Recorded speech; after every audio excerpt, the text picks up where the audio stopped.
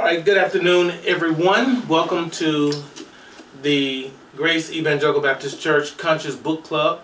We're here again. I'm going to talk about chapters 2 and 3 of Kelly Larsen's book, Keys to Unlocking Your Inner Power. And so today our focus will be on chapters 2 and 3. And I'm delighted to have our guests here, or our participants, Freddie Wright, Florence Wright, and Shelley Ingram Roby, as we as we talk about chapters 2 and 3. Chapter 2 is going to be concerning the teacher, the student, and the lesson. And chapter 3 will be about the path of spiritual cultivation. So y'all, let's get started here as we look at chapters 2 and 3 as she develops the book. I actually feel that though this is a very informative and this is a very in-depth study of the spiritual process and all that you need to know, chapters 2 and 3 really are important, and I want to encourage everybody not to skip to, some of the more exciting and interesting parts of the book that you may want to get to first, but really pay attention to chapters 2 and 3 because they actually lay the foundation, open the door to really a proper spiritual developmental process. And that begins with chapter 2, your teacher, yourself as a student, and the lesson. That's the dynamic that takes place between of a learning process. The teacher, the student, and the lesson. And all three of those are interwoven in the process of your spiritual growth and cultivation and development. So let's get started here, and let me just get your own perspectives and some insights that you have, and then I'll respond to that and we can develop the conversation. What stood out to you the most in your own personal self about the importance of chapter 2? The teacher, the student, and the lesson. Anybody want to start on that? Share your insights from chapter 2. I like when she spoke about the dojo. For one, because we're martial arts instructors, and Who is the we, the martial arts? myself and Mr. Wright. That's what we call each other in class. Okay. But speaking of the dojo, because it's a place where you go to practice, you go to learn, you do your routine, your ritual, whatever you do in that dojo. But looking at your dojo is also being your body, you. So whatever you are learning or practicing, teaching, receiving, you should take pride in it. You should take your time. You should be serious, conscious, ask questions or whatever, just taking pride in what is your dojo. And I really like that part. And then she really went into explaining what the dojo is. What is the dojo? What is it? What is dojo, period? The word dojo. And she said it meant practice hall. Mm-hmm.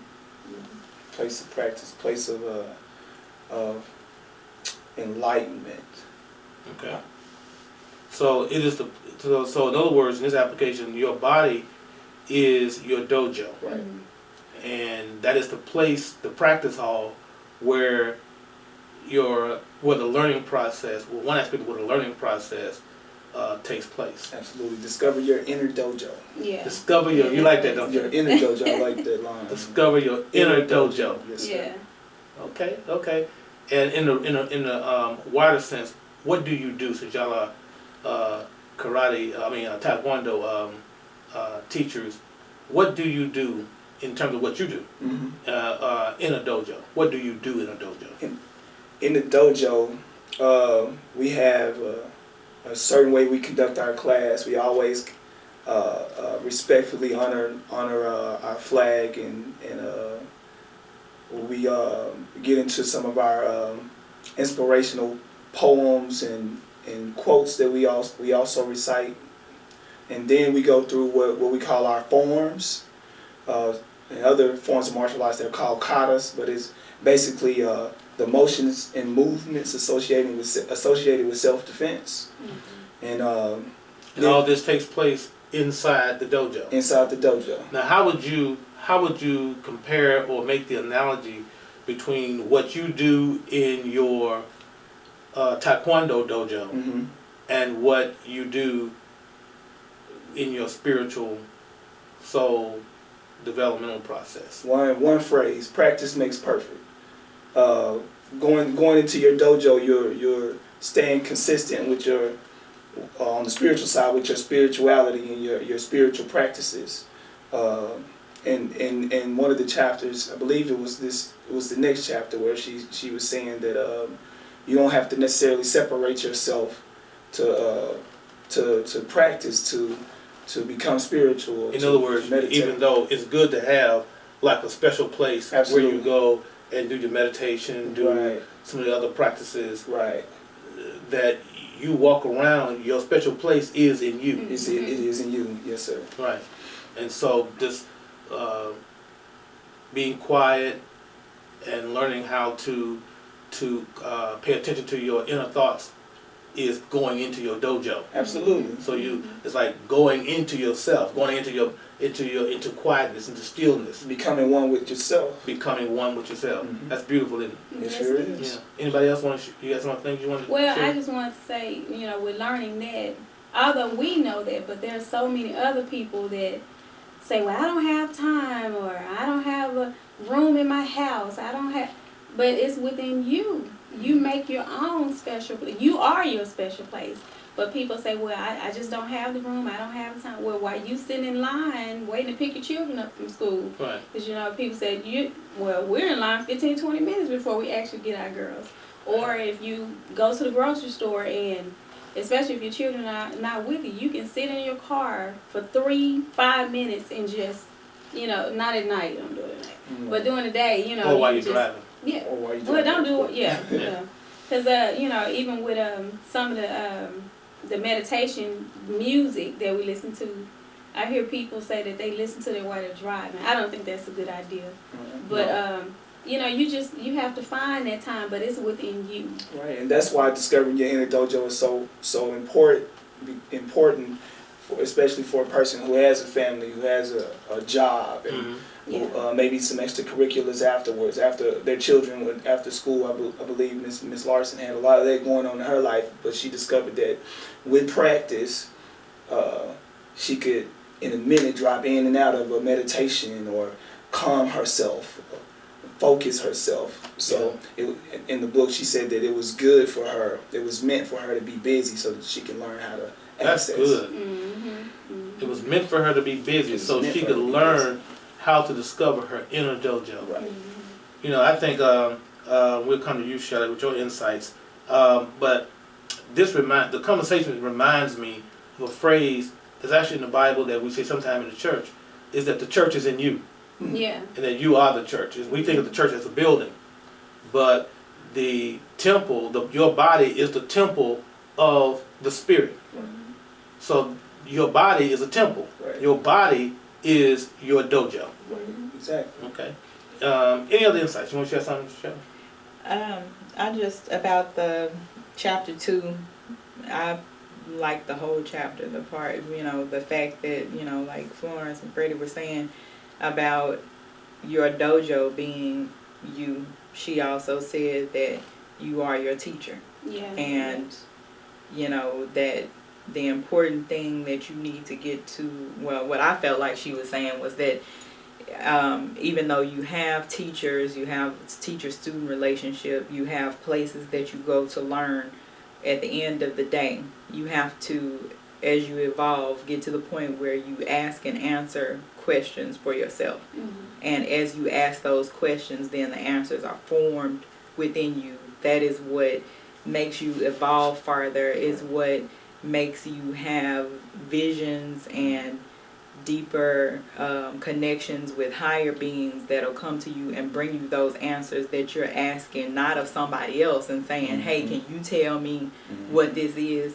Yeah. But when you say to yourself, okay, now what's going on? And then that answer comes to you in another form. And then becoming so enlightened and evolved that you're able to access it at any time. Right. So yeah, I like that part in there too. It kind of excited me to know that you can get to a place to where you any questions you might have, the answers flood you. They come to you and so you have an inner dojo, and now I'm hearing you tell me that you have an inner teacher. Right, and she said not only inner teacher or teachers that, I don't know if this was in this chapter or in chapter 3, because they did go along well, but teachers who were outside of you, that were higher beings that were not part of you, and then teachers that are a higher aspect of you or a lower aspect of you. That's what, you know. What does that mean? What? What you just said in terms of their teacher, they're being teachers. Because the higher and the lower aspects of you. She said, and I can't quote, let me find it so I can quote her, but she said that the higher and lower aspects of you that exist in other dimensions, on other realms, at a higher or lower evolutionary level, can also come to you. You can access them to give you insight and information. You can access them in your dreams. How would you know that you are? How would you know that you are meeting a teacher that is a lower aspect or a higher aspect of yourself? That's a good question. Yeah. Because I would think that that's a nice concept, a nice idea you're saying, but in the midst of going through the experience, how would you? Because how would you know? Most people, if they met a lower aspect of themselves, they probably would run, or they probably would not get the lesson. I would think that perhaps either when you get to the point where you are making a connection with different aspects of yourselves in different realms, you probably would have been doing the work for a little while, you know, under an outside teacher who has guided you, maybe giving you things to look for, signs to look for, how to recognize that this is an aspect of you. Right. You know, how to know when is good or positive and when it's, you know, some other kind of entity, or perhaps I would assume that you would have to get that outside teaching and guidance first. Right. She to be able to be confident to know of ministers and doctors. They have these titles, but not to get caught up in their titles so much so as their insights that they're bringing to you. So in that aspect, or just thinking in that way, you would be a person that this church, and not only us, but this church would look to as a person to help us identify certain enlightenment opportunities, if you will. That's a good point, Freddie. When I was reading this, the thing that stuck out to me most was a comment that I wrote inside my own book, was that life itself is a school. It's a classroom. And it's a classroom. Earth is a school. Yeah. Earth is a dojo. Earth is a school. And we come here for what purpose? To evolve. Yeah. To become enlightened, to learn the lessons. Life gives us the lessons. And some of the teachers that come into our lives from the standpoint of experiences that we have, events in our lives, sometimes they're negative. Sometimes you have what we call negative. You have a teacher called depression. You have a teacher called addiction. You have a teacher called pain. Thank you. Pain. These are teachers. And many times we want to run from those teachers. We don't want to hear what the dark emotions are trying to say. So when I hear you talk about those teachers that are actually yourself, that come to teach you, or the experiences that come to teach you, we have to be able to recognize that all of life, all of the experiences have one ultimate goal in your life. Though they may be hard, though they may be painful and everything, but they are designed and they are choreographed to give you some of the greatest lessons that you ever can get. And I think that's where she wrote, you know, the ego gets in the way a lot of the times, because to be able to receive a lesson from every situation or every being that you come in contact with, you have to drop that. You have to be able to drop the ego. You have to be able to subside with your pride, because, you know, for me to think that the troublemaker at work, you know, I can gain something from that person. Changes everything, doesn't it? Changes the game. Changes the game. And in a way, if you have a student and a teacher relationship, a teacher-student relationship, in order for the student to learn, what must the student do, or what kind of relationship must the student have with the teacher? Open. And open. And in order for you to learn from your teacher, you teachers, in order for your students to learn from you all, what must they do when they come in contact with the lesson you're giving? Submit to your knowledge. They have to humble themselves, open themselves. You mentioned, and they have to be ready or be willing, if you will, to pay attention. Right. Okay. Because they can't be talking while you are teaching. See how it goes? Yes. So when your teachers come into your life, You have to be attentive. you have to pay attention to what the teacher is teaching you. Absolutely. Because the teacher, the universe, let's say, will send teachers to you. Yeah. And what we'll do, we'll start talking. And it's painful, I understand, because you're in pain, because education is not always pleasurable or blissful and everything. And we'll start talking and not really understand the lesson that the experience, though it may be tough, is trying to teach. I like the phrase that you've heard me say it before. When the student is ready, the teacher will appear. When the student is ready. The world that we live in, our environment, is a classroom. It's a classroom. So, what kind of grades you been getting? Let's talk about getting better. The grades are getting better. They're getting better. I'm raising my GPA. One of the other comments I saw in the lesson was about the whole idea of, you know, sometimes we go through, I guess in some sense you may stay in the second grade, you know, for a couple lifetimes or whatever, I don't know. But one of the things I like what she says is that, you know, is that you don't go to the next level until you get the lesson of the previous level. Right. She didn't say it like that, but that's pretty much the intent. In other words, there are no social promotions in this earth school. Right. You know, just because you done got old, say, well, go and let them pass to the next grade. That's not how it works. Right. You have to get the lesson. You know, you have to get the lesson. And many times people ask the question, you know, why am I going through this again? Yeah. Why am I going through this again? Because you ever know sometimes you kind of go through the same. It may be dressed up in a different person, different way, or whatever, but it's the same lesson. I was just thinking of that.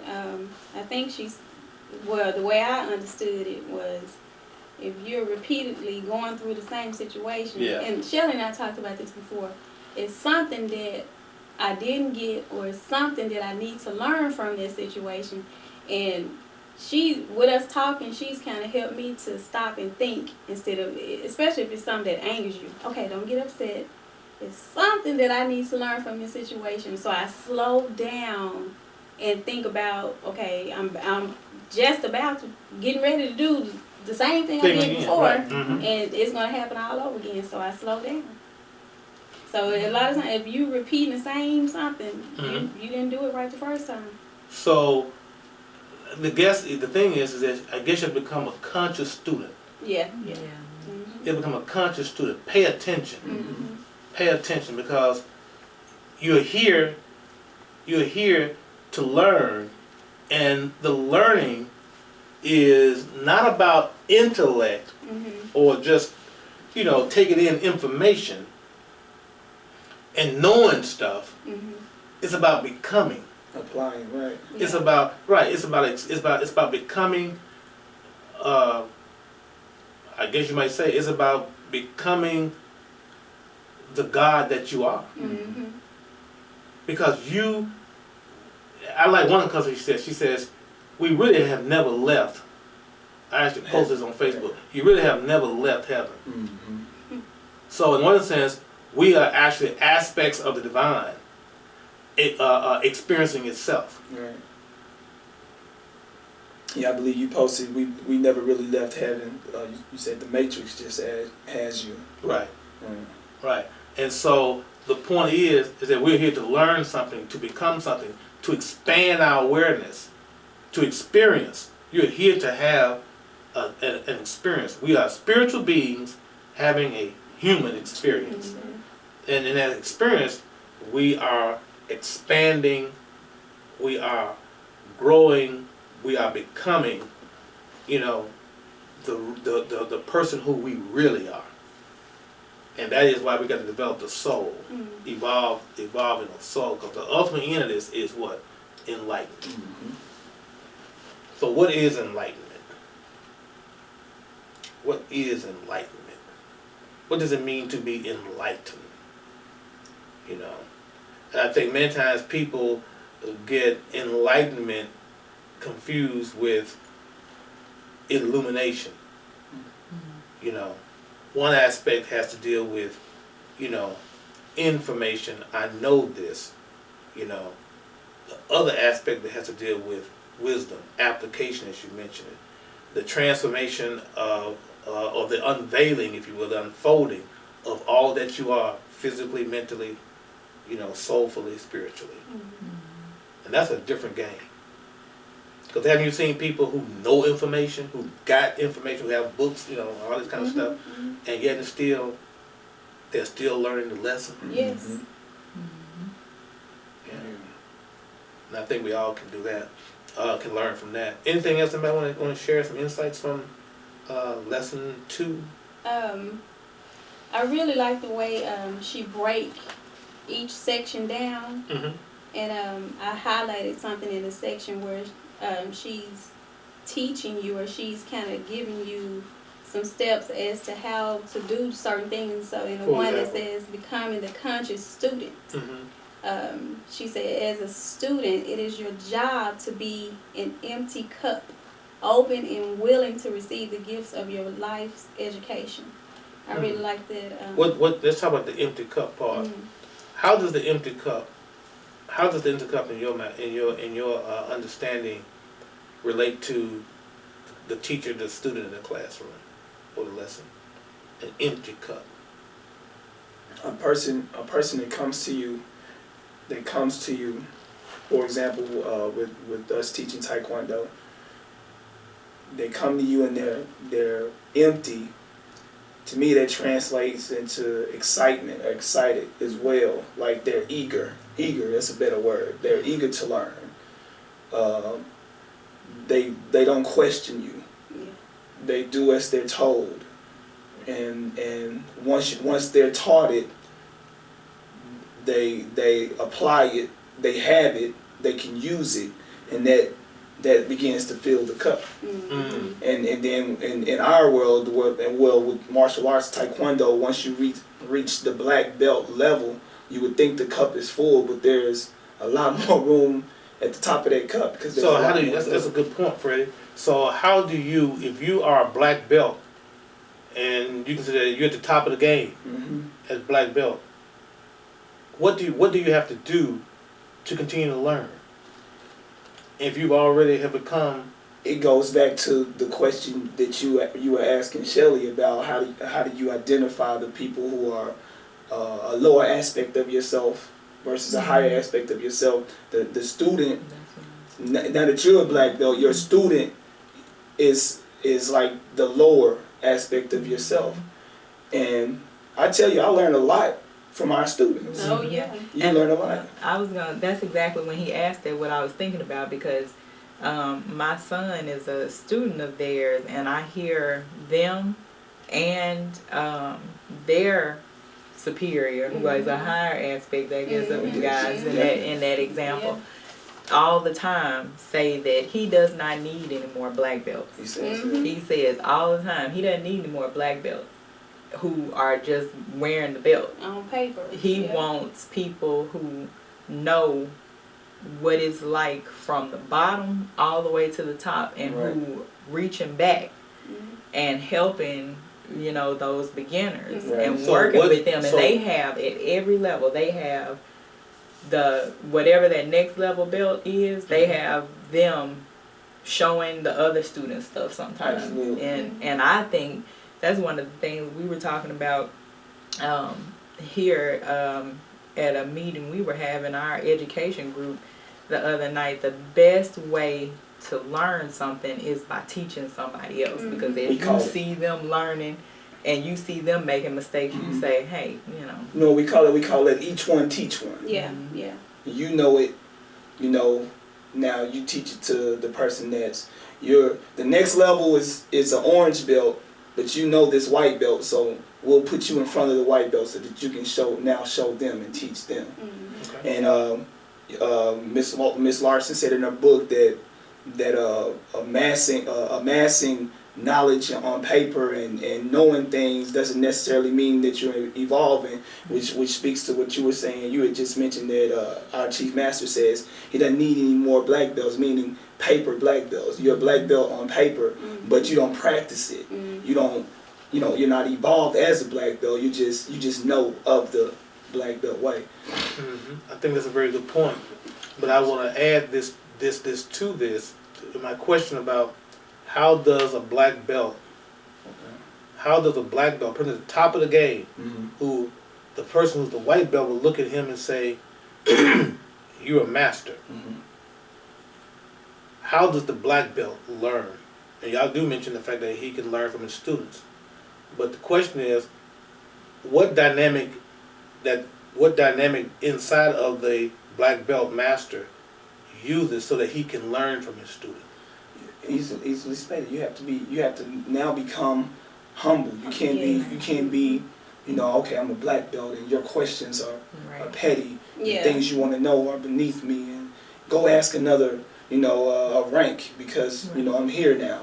Or you know, think that they can't teach you anything. Exactly. Because that was one of the things she talked about too in the part about teachers, that some people nobody knows everything. Exactly. There's something that somebody might be an expert in making mistakes. And through those beginners, you can learn through those from beginner them. students, you learn in patience. You have to be patient, because There if you they're go. learning, They don't know anything. They're completely empty. exactly, and then your way of teaching evolves, because everyone doesn't learn the same way. And at the same speed. At the same speed, exactly. So now you have to adapt yourself to the individual. Now you have to pay attention to this person. There you go. To get from them what it is that they uniquely need from you in order to gain the same concept. Let me put it in a way that I've heard it expressed, and I like the way that all y'all have expressed this. The key is the empty cup. Yeah. Okay. And an empty cup is a cup that can always be filled. You have to empty the cup. Yeah. That means you have to unlearn what you have learned so you can learn more. You have to unlearn.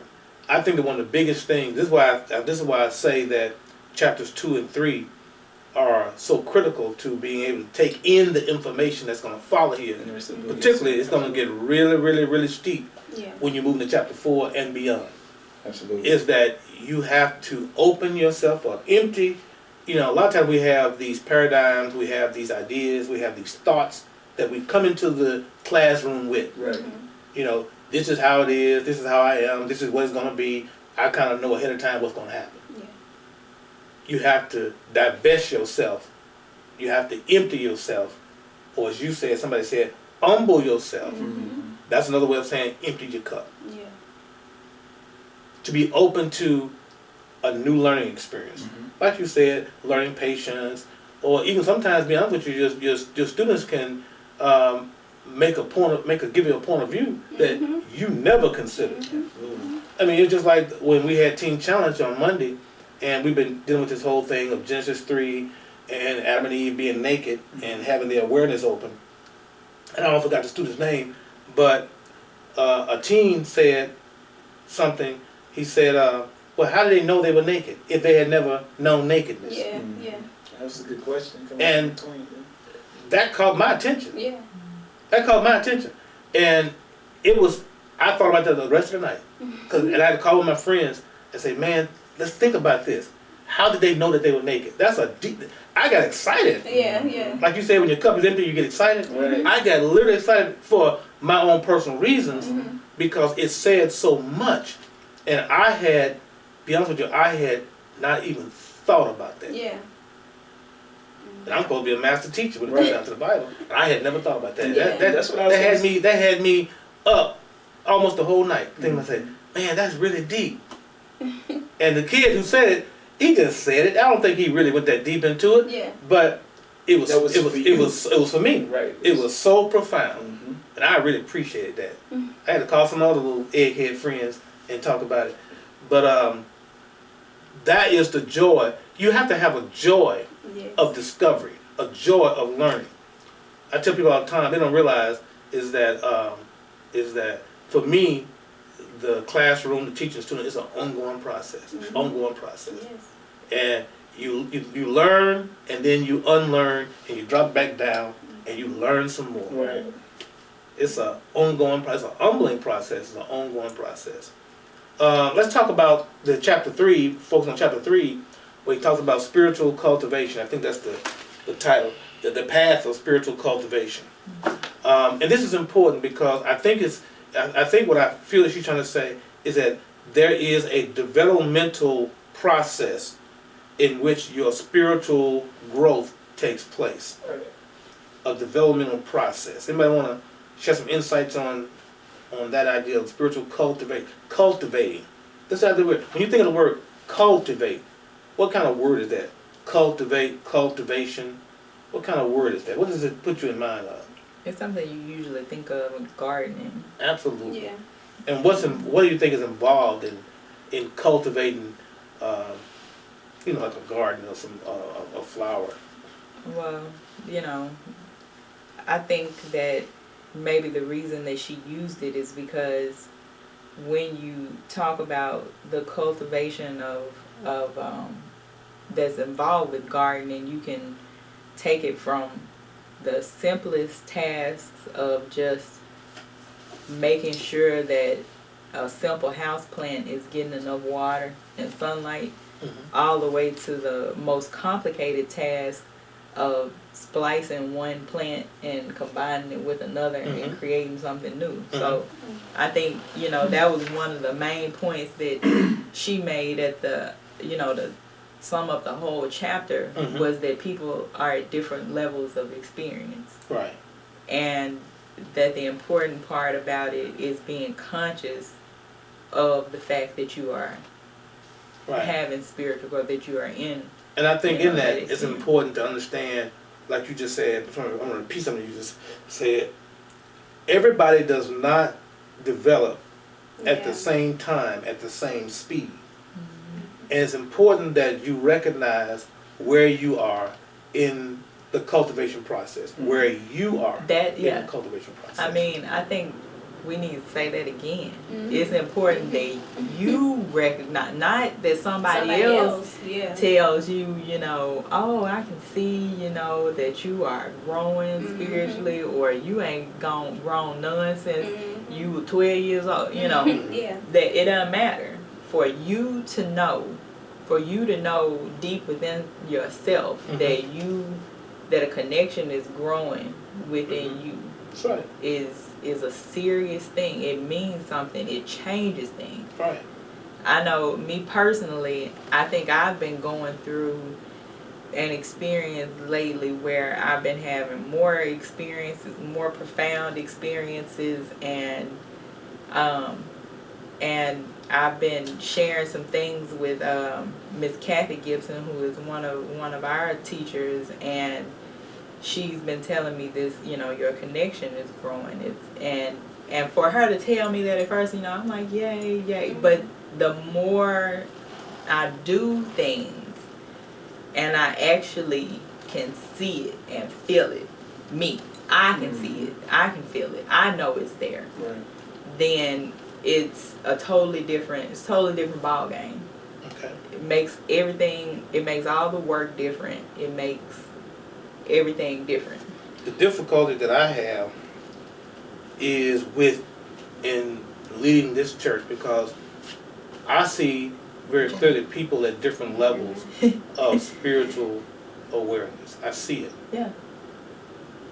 And it's very difficult it's very difficult to speak to people at different levels in the same room. But I was just gonna say It's that you challenging. have a problem because you don't have the freedom, where people have individuals coming to them one at a time, but you Right. do a mass teaching, Yeah.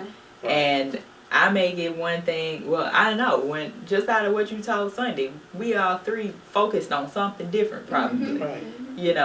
and then it's your responsibility to help us out. You want Right, but whatever. it's the politics that takes over, because everybody has their point of view Right. Yeah. that's reflective of the stage of development that they're on. That they're Yeah. right. And the result is, when people don't respect another person's stage of Right. development, you know what I'm saying? I understand. And therefore, when they speak their opinion, either they think the person is stupid, Right. or they are intimidated by the Or they person think they're who arrogant. speaks, or they think they're arrogant. Mhm. And therefore, if you don't understand the evolutionary process, Right. Mhm. then number one, you don't know how to talk to the person who's at that stage. Then number two, you don't respect that they are really seeing it. That's what I was gonna say. What you about to say? Go ahead. That's what I was about to say. I was about to touch on the respect level. And I want to quote a famous comedian. I won't say his name, but he would often say in one of his sessions, he'd say, you got to be in tune with your star player. If you're in tune with yourself and you're humbled, and if I'm here, I respect you. If I'm here and I'm following you, I respect you. And if you're really open, then you won't have these opinions. You won't have these things working against you, because you're sitting there wide open. Your cup is empty. Right. And you're open to the new teacher. You're open to your Dr. Larson's. I mean, Dr. I said Yeah, Larsen, that's Dr. Larsen. She says not to. You know why I say Dr. I know. But Yeah, plain. that was my chiropractor, Dr. Larsen. But she says that you don't discard the old. Yeah. You you don't discard it, but you don't use that against the new. Yeah. You're excited about the new, but you don't discard. But that doesn't mean hold so tight to it that you're missing these lessons. Yeah. And that's what these two chapters That's are. one of the is things the she fundamental talked problem. about. That's one of the things that she talked about too. Is What's that? not holding on to the past, being able to Right. move past things and be in the now. Be in the now. Being in the now. See, all these things are the preamble to being able to grow. Exactly. Because if you're not aware of the dynamic between the teacher, the student, and the lesson, and the cultivation process of how this takes place, it sounds very sweet and nice when you just say, we're growing. Yeah. But it's Right. a process. It sure is. And it's a process of the expanding of your lens of perspective. Right. Because when you see a certain thing where you say, I'm right, that's the way it is. Yeah. But everybody don't see it the Exactly. same way. And the thing about it is, even everybody is not trying to see it at the same time, or can see it at the same time. Yeah. Therefore, it requires this little thing called discipline and patience to recognize that, when I was a child, I thought as a child. Yeah. But when I become a man, I put away childish things. But when a child's a child, don't expect the child to talk like a man or to act like a man Absolutely. and everything. The child is going to think like a child. Right. And to honor that and to build, and you have to build the necessary concepts and ideas that a child needs so they can then go to the next level. That's the power of the analogy that she gave about the butterfly. Mm-hmm. A butterfly develops in stages. You have obviously the larva stage, then you have the Cocoon. the cocoon stage, and then eventually the butterfly. If you try, when you look at the larva, the worm stage, and that butterfly, I mean, that worm, he moves slow, he's greedy, he eats every little thing. You can look at that and say, man, that ugly, nasty little worm, you want to step on it and kill it. But you have to let the worm be the worm. Then one day the worm will stop eating and it'll, throw up. And that'll become the cocoon. I'm just telling you the process. I mean, it becomes the cocoon, Right. and he has to stay in that cocoon. Yeah. Now, if you get to feeling sorry for the poor little worm trapped inside this cocoon, like your soul is trapped inside of this third-dimensional flesh body, which we'll talk about Sunday. But the fact is, if you say, "Oh, I just want to break him loose, so he can be free," that's like being under your teaching at the dojo that you do it, and somebody say, "Oh man, you so strict. Oh, you so hard. You so cold. You got them people like they in prison, and they can't do this. They got to follow everything you got to say. Man, I can't wait to get out of here and everything." And you say, "Okay, well, let's all just be free." The problem is, the purpose of the school, the purpose of the discipline, is to help you develop. Yeah. At the stage of the cocoon. Exactly. If you break him out too soon, or the butterfly or the worm gets out of his cocoon too soon, he does not get the necessary time and nourishment to become that beautiful butterfly. That's right. And that is what people do not understand. They become impatient. Right. Yes, sir. They become, like I said, in a hurry. They get to looking at other butterflies always flying around. Say, "I can't wait till I guess because I can be like them," and all that kind of stuff. And they miss out on the necessary time and nourishment that is required to be able to fly. I thought about two things while you were saying that. First of all, when we were talking earlier about chapter 2, about learning, from your higher and lower self, that's that butterfly too, and I think, also as we're, Ms. Larsen said that in this life that everybody that you come in contact with, everybody that you come in contact with is a teacher. They're there for a lesson. You're learning something with every opportunity. It goes back to those things when you see someone on the street and they have a sign and they say, we'll work for food, and you say, and then, you keep seeing them and you say, well, maybe let me get one of them, Okay, that was it was an opportunity for you to learn not to get taken or to, give without, the thought of it. But, the thing about it is those people that you meet on their journey who you think are not at the level where you are maybe those lower aspects of yourself that, that you're looking at, that you were there one day. You used to be there. And now, what have you really learned if all that you can do is judge someone, or get caught up in what they're doing? But, one of the things that, as you were talking about the butterfly, that I liked in this chapter where she said spiritual evolution is complex. At some point, you will no longer be able to afford random experimentation and exploration if you want significant results. You can't just go to the Taekwondo Center and just run around.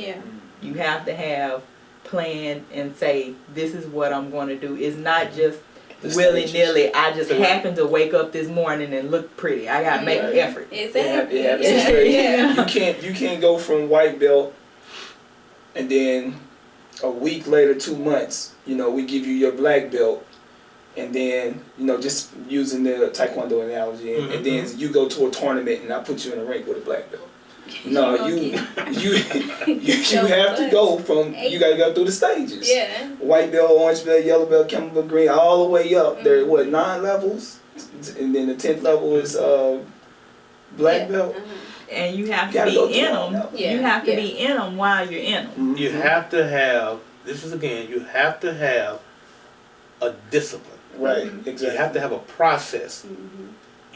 People many times, and I see it in religious and in so-called spiritual circles. People are jumping around.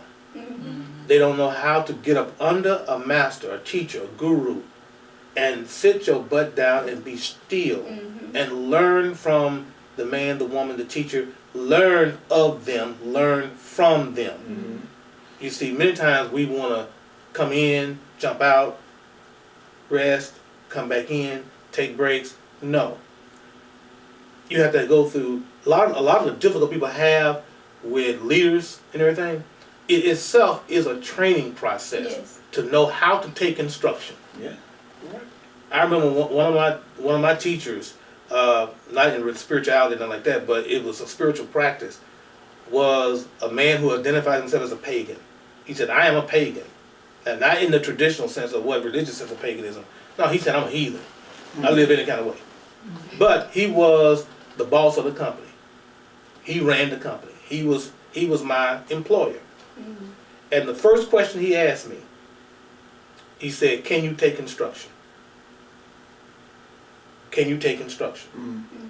That's one of the biggest problems that you see with a lot of kids in school and a lot of adults in organizations when they have leadership hierarchy. People can't take instruction. Yeah. As a result, they want to jump around. People, they church jump, they guru jump. They don't know how to be still and learn the lesson from the teacher that was sent to them. Mm-hmm. As a result, they don't make progress. Okay. And that's what happened. It is a process. Cultivation is a process. Plants every plant has its own time in which it comes up. Mm-hmm. But it has a process within its time. That's right. So that's why you have to endure the process. Right. Mm-hmm. So that teacher-student bond can only be formed when the teacher is doing his or her part and the student is doing his or her part. That's your dharma Mm-hmm. in another tradition. That's your dharma, to do your duty. To do your duty. In other words, it's not the duty of a parent to be the friend of their children. Right. Yeah. It's the duty of a parent to parent the children. Mm-hmm. You know, now that will change when a child becomes an adult, Yeah. and then they will change their relationship to a large extent. Mm-hmm. It won't be, like, I'm mama, you need to follow these rules and follow the structure and everything. But while that child is a child, the child needs to be parented. It is the duty of your spiritual teacher to teach you, to lead you. Right. It's the duty to lead you. Mm-hmm.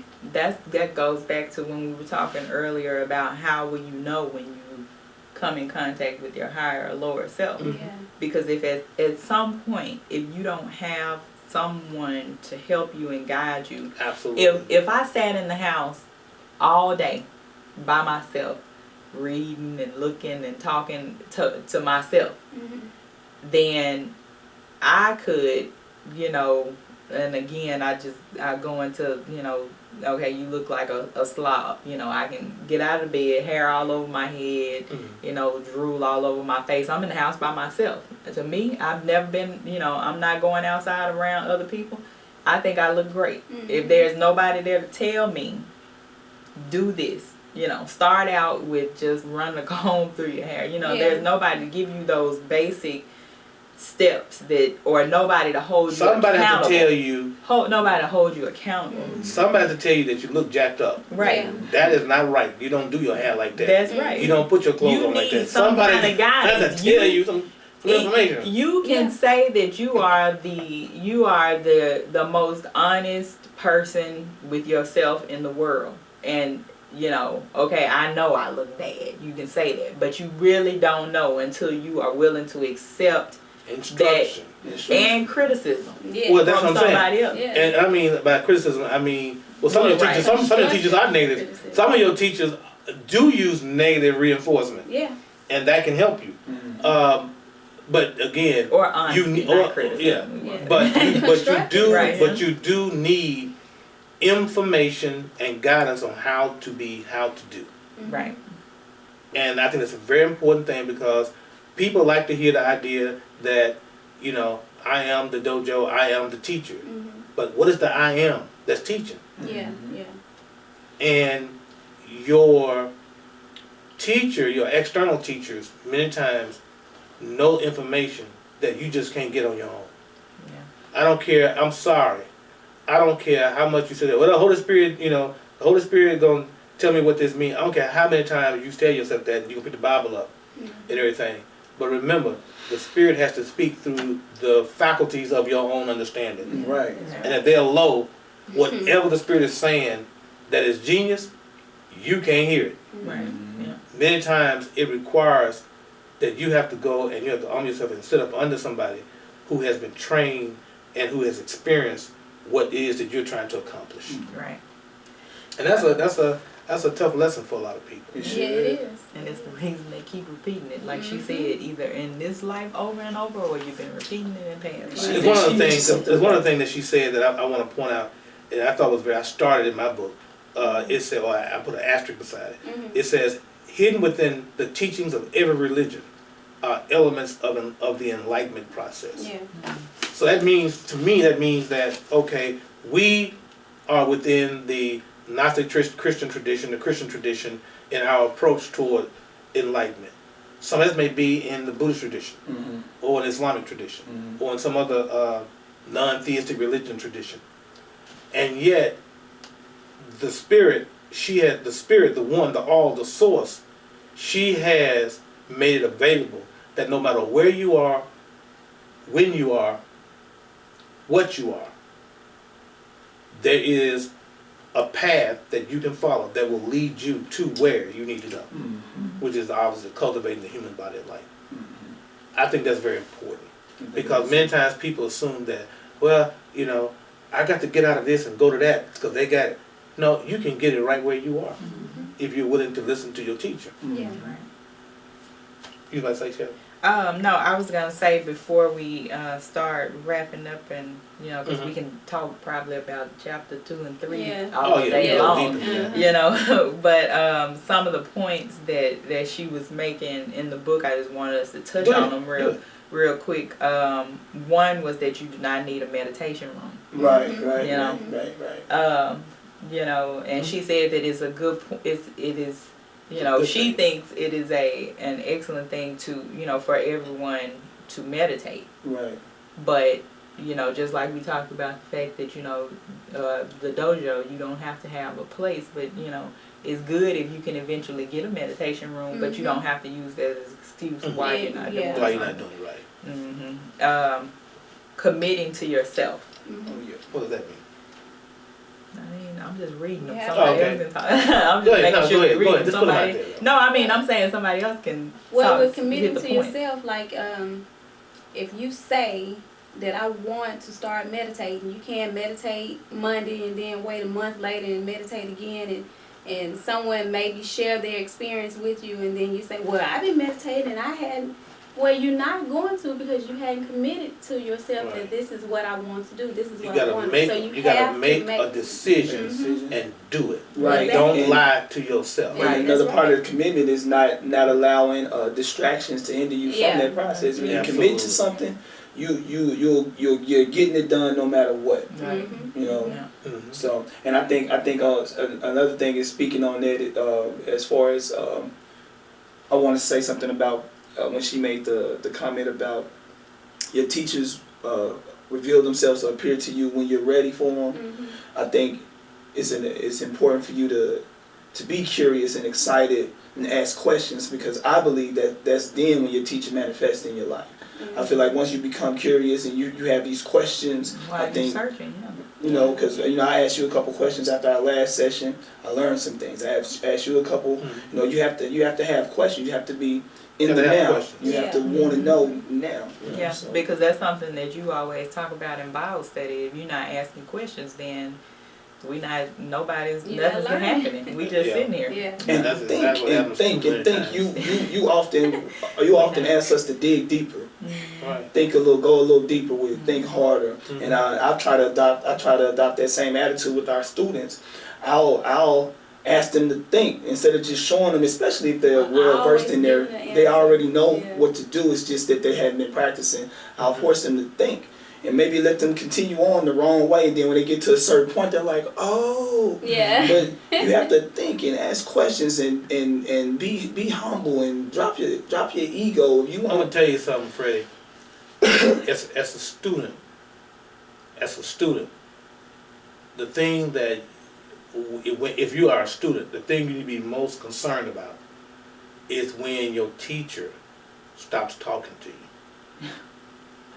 And by that I mean when you are going on and on about what you think, what you're going to do, and what you're going to do, and let's say, you know, you get a little irritated with him asking you questions to go deeper and deeper, when he sits back and just, or she sits back and just let you have your thought. You know what's happening, don't you? They're teaching you the other way. They're letting you experience the foolishness of your incomplete idea. Right. That's when you need to get concerned. Yeah. You know, I listen more. I have teachers. Yeah. I listen more to the silence of my teachers than due to the noise or the instruction or the words of my teacher. Right. It's their silence that gets my attention. Yeah. But then I realized that, you know what, I might need to go back and think about what I'm saying. You know, because maybe they're telling me that, boy, you too dense. I'm trying to tell you the answer, but you don't get it. So go on with your own thought and let's see where it takes you. Right. All right. The next thing, this one, honor your life and be flexible. like What that. does that mean? I like that. What does that mean? I ask that all the time, don't I? Well, yeah. Honor your life. I mean, really, you have to, even though it can be, you know, difficult and it can be stressful at times, but sometimes, man, you know, just chill out and just be thankful that you're on the path. Oh yeah. Right. Definitely. You know, and honor your life. What's the last part? Honor your life and what? And be And be flexible. flexible. And be flexible. That's critical. Yeah, that's what she says. Learn to look to your life and the people in your life for aspects of your spiritual lessons. That goes back to, you know, being aware that everything is a lesson, that we're Right. learning something from everything, from everyone. Right. Can I give an example of that? Last night, a good example of it. I'm starting to look at the world like that, and it's It makes it's interesting to me. But through thinking like that, I could honor my life. You know, I called my wife last night and I told her I loved her, and the reason why I told her that is because I'm listening to this other guy complain about how he thinks he's on the brink of divorce.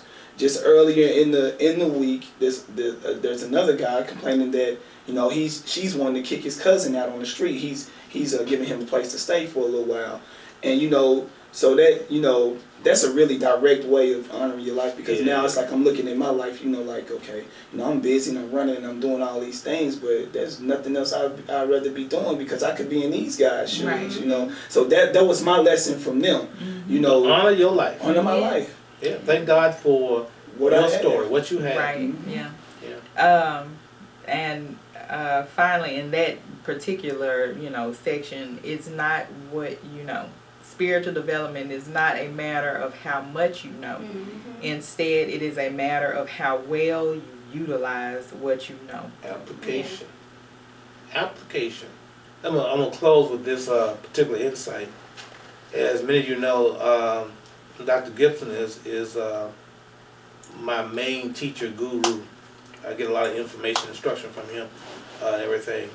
And one day I was sitting in his office, and something was going on, a little crisis or whatever, that, you know, I looked at it and say, all right, we need to get up here and start doing some stuff. And because it was a little crisis, a little something going on. Not anything to do with me or anything else, but just something was going on. And like I said, I learned from my teacher's silence.